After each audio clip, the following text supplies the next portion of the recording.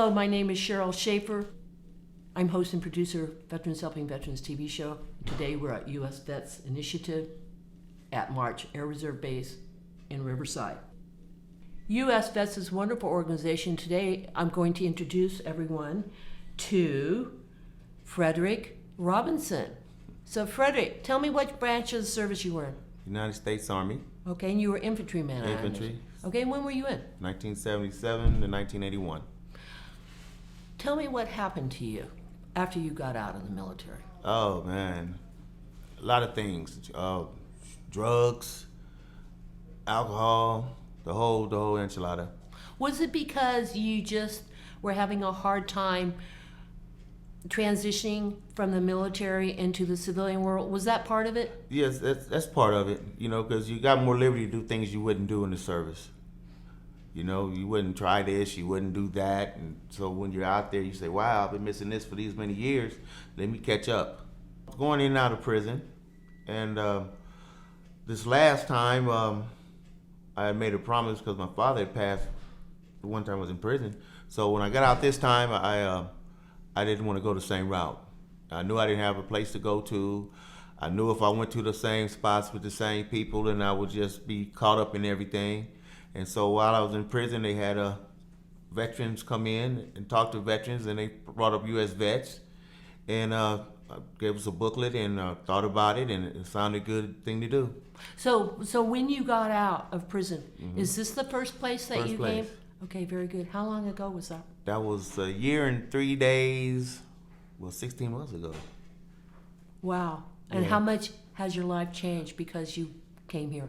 Oh, it changed tremendously because for one thing, I never knew that I had mood issues until my caseworker here, Paula Corvalon, made me an appointment to go to VA to see a therapist. And So PTSD? no, it's more, it's just moods, anger, anxiety, all that. So when I went there and I was able to talk to somebody, and now that I'm taking medication, and I never knew I needed medication all these years, and that's another reason I realized I was going in and out of prison. And so I got that now, I got all the support, and if it wasn't for coming here, because when you get here, they make sure that you go and register with the VA at Loma Linda. And that's really an important thing that we need to remind veterans to do. Wherever you live, whatever your situation is, the way the VA works is you can't get the services until you register for them. So even if you register now and don't use them for a few years, they're in place. Right, because I never knew it. Coming here was a blessing because I met a lot of guys that you can tell when people want to help you. That's really the main reason we wanted to do the story here, Right. is because these people offer genuine help. Right. So if you have a piece of advice that you could give to a veteran who may be in the same struggles that you were a while back, what's the best piece of advice that you could give them? All I can tell them is to check around for veteran services. Go to the Veterans Hospital, register, find your program. If you're on the streets, they have places like this. Search and find one and get off them streets, because you shouldn't be a homeless veteran at all. There's a lot of resources that I never knew about that I know about now. And you look at most homeless people, they're veterans. You know, I stop homeless people by where I live and ask them if they're a veteran. And I tell them, they say, yeah. I tell them the same thing. They have U.S. VETS out here. You got Loma Linda down the street. Go there. You deserve it. You earned it. So take the charge of it. Just like you did. Yes. Everything here to help you to get out of being homeless. And that's the key. Thank you so much. You're welcome. Thank you. I'd like to introduce Ruben Russell, who is a Navy veteran. And Reuben is actually a success story from U.S. VETS. So Reuben, can you tell me a little bit about what you did in the Navy, what your career path was? I was a mess management specialist. They call it a culinary specialist now. My job was to prepare meals for 5,000 men. I was a part of an aircraft carrier crew during my second enlistment. I'm fluent in cooking and baking, Okay, very good. So I know you had two. We talked earlier before the interview, and you had two enlistments. So you Yes. went in for your first tour in the Navy, Yes. and then about 18 months later went back in. Yes. So how long were you in for the second time? A little bit over 4 years. Okay. And then after you got out of the Navy the second time, what happened? I developed, well, during my enlistment, my second enlistment, I developed addiction to crack cocaine and alcohol. The Navy sent me through Naval Drug Rehabilitation Program, and once you do that once, and and I continue to have problems, they discharge me. So I'm assuming that when you got out of the military, even though you had an honorable discharge, you had a tough time transitioning from the Navy way to the civilian world? Yes. I because of the Navy and the trade I learned, it wasn't hard for me to find jobs. What my issue was, because of my substance abuse problem, I could not keep a job. And this was in '86. I lost everything. I lost my Navy career because I had planned on doing 20 years. And I lost my wife and 2 sons. And I lost myself to the street. I became a full-blown addict. I would work occasionally here and there. And in '88, I went up to Alaska.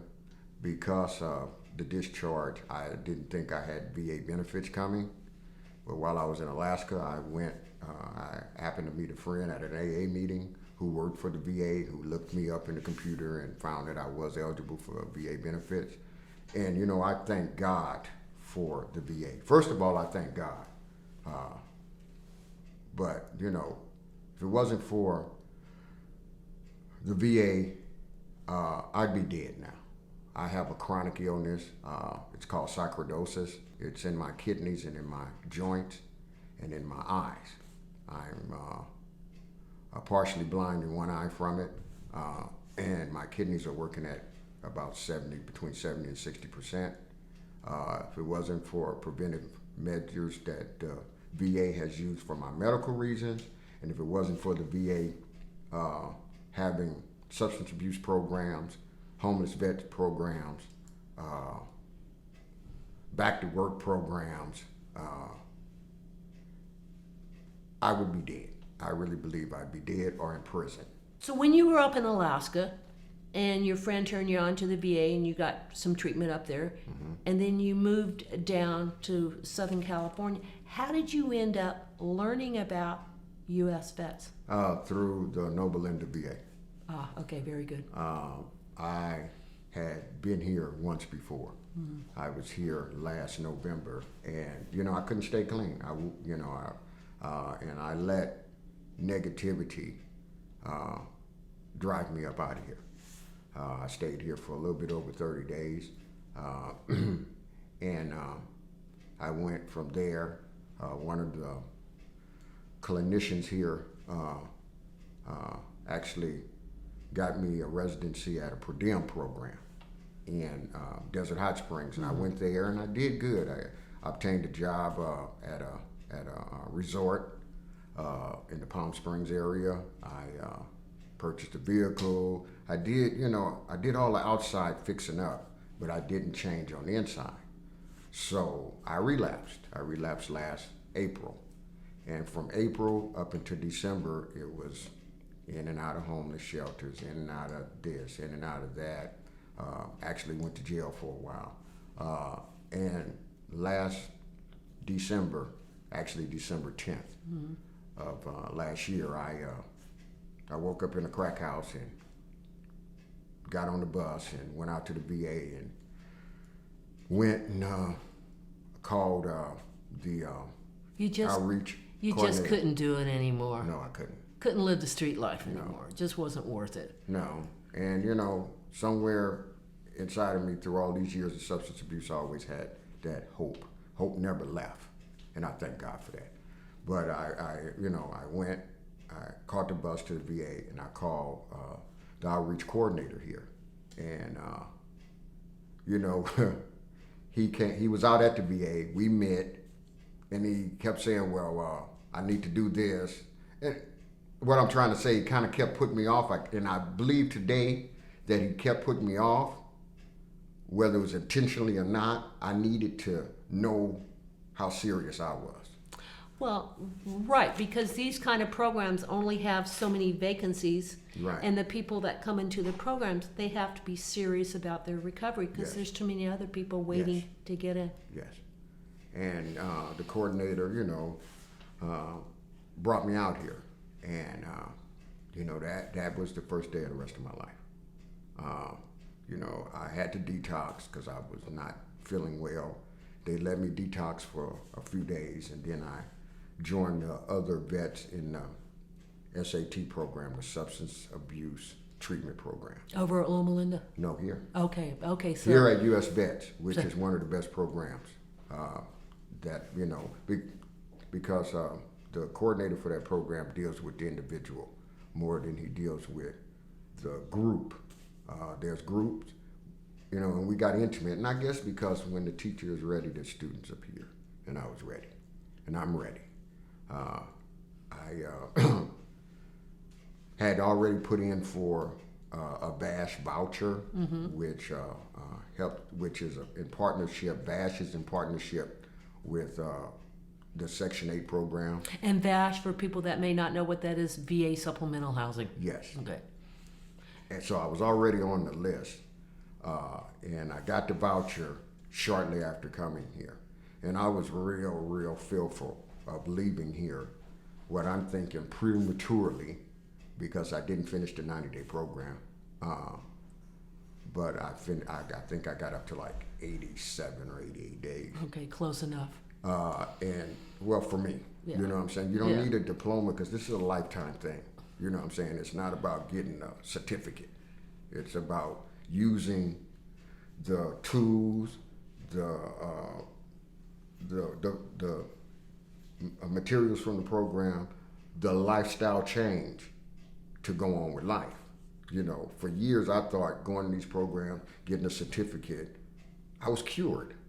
You know what I'm saying? I can go back to what we call recreational use. Well, see, I'm a full-blown addict, and I know that today. So I can't, you know, drink or use or take any mind-altering substances. But you were smart enough to realize that you had a problem and that you needed, that only you could overcome the problem. Yes, And you're doing it. yes. You know, I've only been sober for 4 months. I'll be sober 4 months on Wednesday. If I had wrote down everything I expected 4 months clean, I would have shortchanged the God of my understanding. My life has turned around. I have a relationship with my family. I have a relationship with my sons. I have a relationship with my daughter today. I have a relationship with God most of all, and myself. You know, I wrote something on text. It said, you know, I've been so busy trying to change the world, but when I stop trying to change the world and change me, the world falls into place, and that's gospel.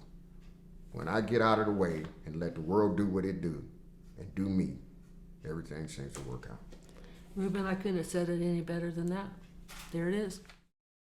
Okay, I'd like to introduce Mario Loreto, who is a Navy veteran. What'd you do when you were in the Navy, I Mario? was a damage control firefighter, DC-3, damage control petty officer 3rd class. I maintained the integrity of the ship, any fires, flooding, catastrophes that would take place on the ship. And it's I served on one of the greatest battleships ever made, the USS Missouri. Very good, very good. How long were you in the Navy? 4 years, ma'am. Okay, and what happened to you when you got out? Well, when I got out, I guess you could say I lost my pride. You know, I was a very prideful individual in the service. I never wanted to get out, but after the first Gulf War, Desert Shield and Desert Storm, my marriage, you know, was already on the rocks, and you know, she told me to get out. You know, she didn't want me re-enlisting, so I got out, and you know, I felt like I didn't have any sense of belonging, you know, anymore. You know? Is that because you weren't really prepared for the civilian world? So in the military, it's very structured and everybody ma'am. tells you what to do, and then all of a sudden you go out and it's like nobody's telling you what to do. Yes, ma'am, and it is. There is a big sense of belonging in the service. You know, they pump. You know that you're the elite. You're the number one, and you know we carry that. We carry that even into our homes. And when I got out, you know, I was looking for another organization like that, and I joined the fire department. I injured my leg. I was working forestry fire, and I injured my leg on a hike, and that ended my career as a forestry firefighter. I began to, experiment with drugs, you know, to substitute that pain. I didn't really like taking the pills. You know, little did I know that later on in life, you know, that I would become a heroin addict. So you started out with the soft drugs like marijuana and stuff like that. Marijuana, it was probably a gateway drug, you know, and soon after that, you know, the alcohol, and but I found my relief in heroin, you know, methamphetamines and stuff like that, and by '99, I was already doing my first term in prison. I did a total of 13 years. In and out, is what I gave to the state of, you know, California, the corrections department. And I believe that it was this last time, you know, 3 years ago, that I realized, you know, what I was doing, you know, what I thought was recreational was actually something that had taken control of my life. It was no longer for fun, it was more for maintenance, you know, to maintain myself.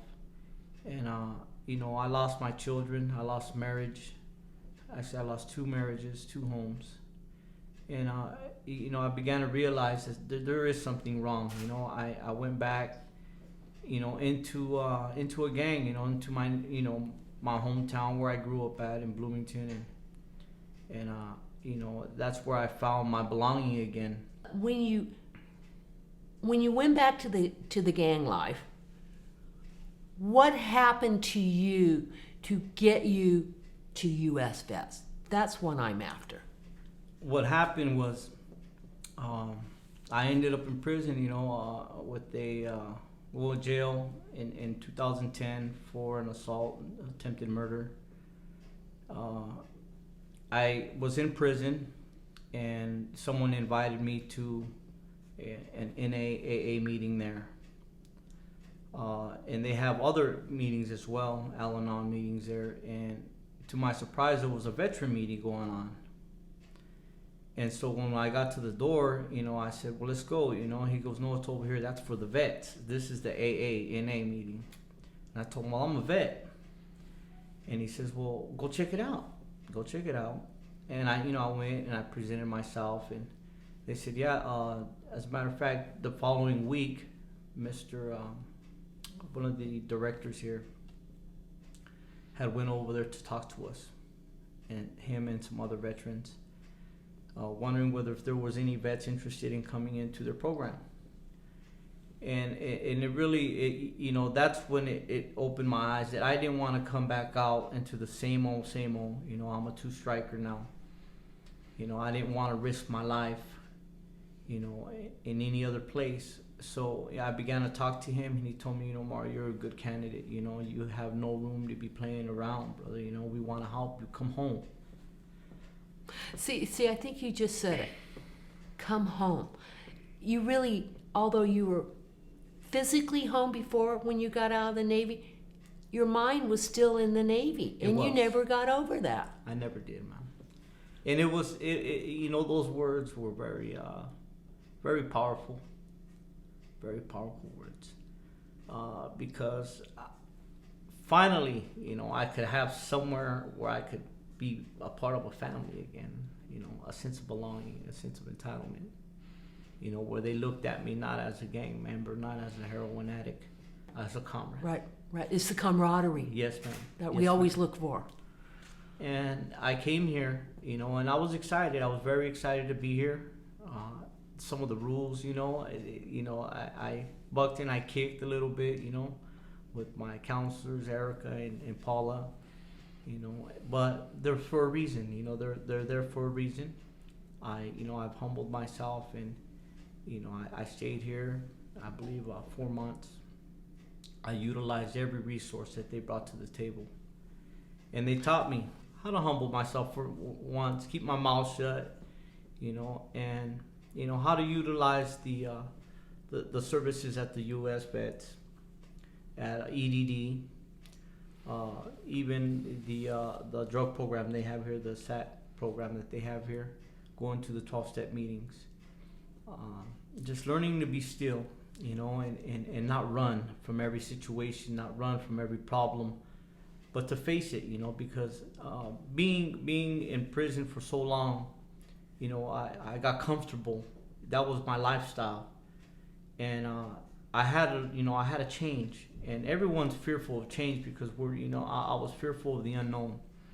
But it wasn't until they began to push me and let me know, Mario, there's so much inside of you, And I took the first step, and I went back to get my job back, and I got my job back. They were happy to see me, as a matter of fact, and then from there I wanted more. My self-esteem began to climb up once again, and I began to see myself as an individual, again, And as a contributing member of society. Yes, ma'am. Yes. And so I decided, to do some soul searching and what is it that I want to do. And I made this decision to go back to college to become a drug and alcohol counselor. I am starting my internship in 2 weeks. I graduate in less than a month. As a drug and alcohol counselor, I want to help people that have a drug and alcohol problem. I want to be able to reach out to them. I want to be able to inspire them and let them know, look, if I can do it, you can do it. It doesn't matter where you come from, what it is that you're addicted to, what you've been through, there is hope, and it's found here at the U.S. VETS. Could have said any better. Thank you so much, Mario. I'd like to introduce Erica Gomez, who's the clinical director here at U.S. VETS in Riverside. So Erica, nice to see you again. Give me an overview of the U.S. VETS program. Okay. U.S. VETS is meant to provide housing for veterans. I don't like to say homeless veterans because I think homeless has gotten a new definition. Usually when we hear homeless, we think of the usual person out pushing a grocery cart, right? But now we've gotten to the point that we have a couple veterans who are losing their jobs due to the economic crisis or whatnot. A lot of returning veterans that don't have a place to go. And so we want to be able to permit that for them. So what we do is we provide housing and back to work as well. We also have permanent housing now out for our female veterans and military families. Well, let's talk a little bit about the female veterans. Sure. And especially female veterans with children. Because that's a big, huge issue with women veterans right now. Absolutely. So now this facility offers living environment, temporary, and permanent housing. At this current facility, we only house male veterans. Okay. Our female veterans and families, we will house them off-site in scattered housing throughout Colton. So we have some apartments and some studios, depending on the size of the family.